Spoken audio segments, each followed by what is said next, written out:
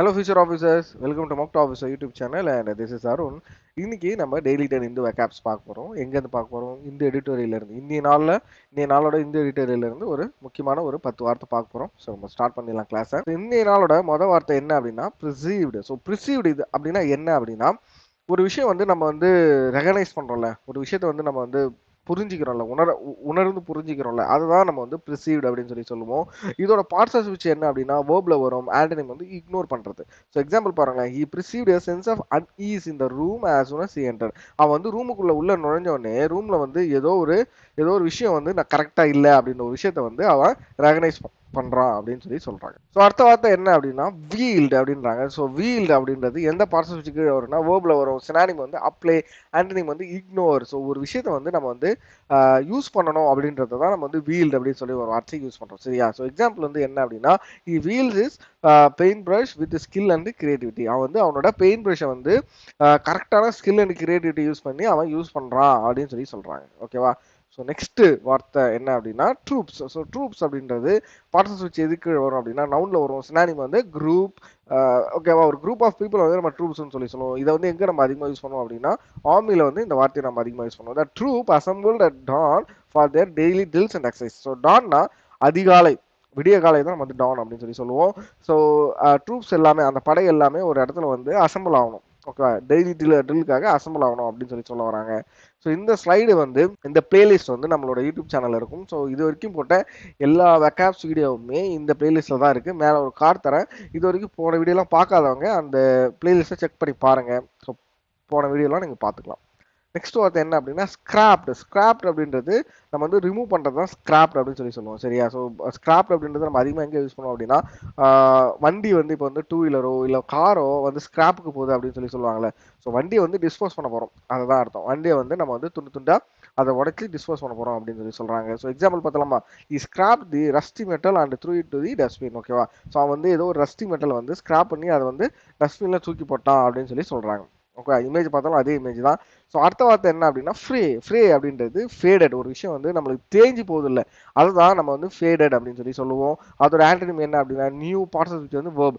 Is nerves frayed as he struggle to meet the looming deadline. ஓகேவா? அவனோட நரம்புகள் வந்து ரொம்ப ஃபேட் ஆகுது.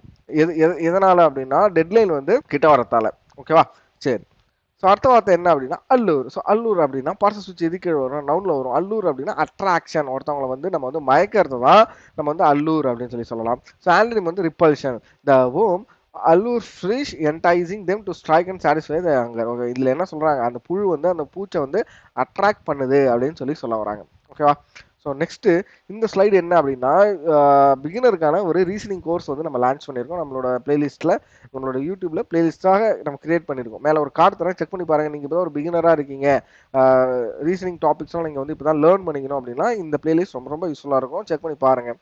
ஸோ நெக்ஸ்ட் வார்த்தை தாட். ஸோ தாட் அப்படின்றது எந்த பார்ட்ஸ் ஆஃப் கீழே வரும் அப்படின்னா வேர்ப்ல வரும். சினானிம் வந்து அட்வர்டைசிங். ஒரு விஷயத்தை வந்து நம்ம விளம்பரப்படுத்துறது தான் நம்ம வந்து தாட் அப்படின்னு சொல்லுவோம். எக்ஸாம்பிள் பார்த்தா நம்ம ஸ்ட்ரீட் வெண்டர்ஸ் வேற touting their wares to passersby promising unbeatable deals. ஓகேவா? ஸோ எல்லாருக்குமே அவங்க வந்து அன்பீட்டபிள் டீல்ஸ் வந்து தராதான் அவங்க வந்து அட்வர்டைஸ்மெண்ட் பண்ணிட்டு இருக்காங்க, ஸ்ட்ரீட் வெண்டர்ஸ் எல்லாரும். ஸோ அதுதான் இந்த இடத்துல சொல்றாங்க. இமேஜ்லயும் அதான் உங்களுக்கு இருக்கு.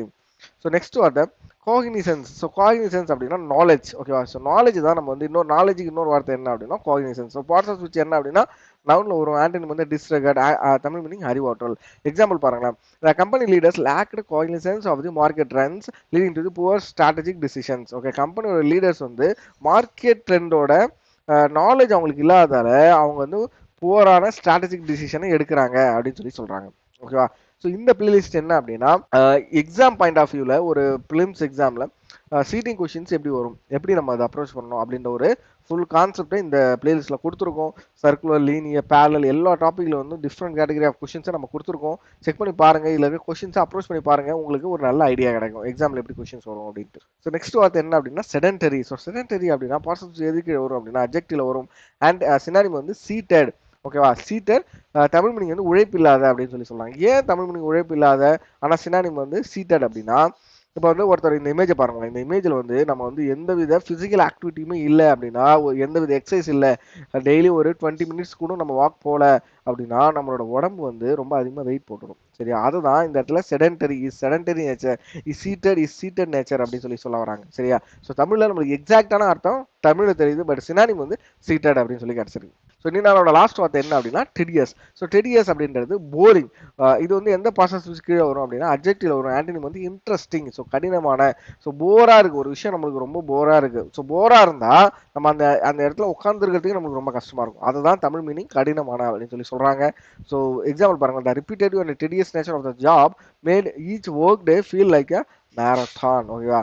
ரொம்ப போரான ஒர்க் நேச்சர் வந்து நம்மள வந்து டெய்லியுமே ஒரு மேரத்தான்ல ஓடுற மாதிரி நம்மளுக்கு ஃபீல் பண்ண வைக்குது அப்படின்னு சொல்றாங்க. ஸோ அவ்வளோதான் இந்த நாளோட ஒரு 10 வார்த்தை. இது வரைக்கும் நம்மளோட யூடியூப் சேனல் நீங்கள் வந்து சப்ஸ்கிரைப் பண்ணாமல் இருக்கீங்க அப்படின்னா தயவுசெய்து சப்ஸ்கிரைப் பண்ணிக்கோங்க. இந்த வீடியோக்கு லைக் அண்ட் கமெண்ட் பண்ணுங்க. ஸோ எந்த கமெண்ட் இருந்தாலும் பரவாயில்ல, பாசிட்டிவ் நெகட்டிவ் இருந்தாலும் சொல்லுங்க. உங்களோட ஃப்ரெண்ட்ஸுக்கு இந்த வீடியோவை ஷேர் பண்ணுங்க. So we will see in the next video. Thank you all. Bye bye.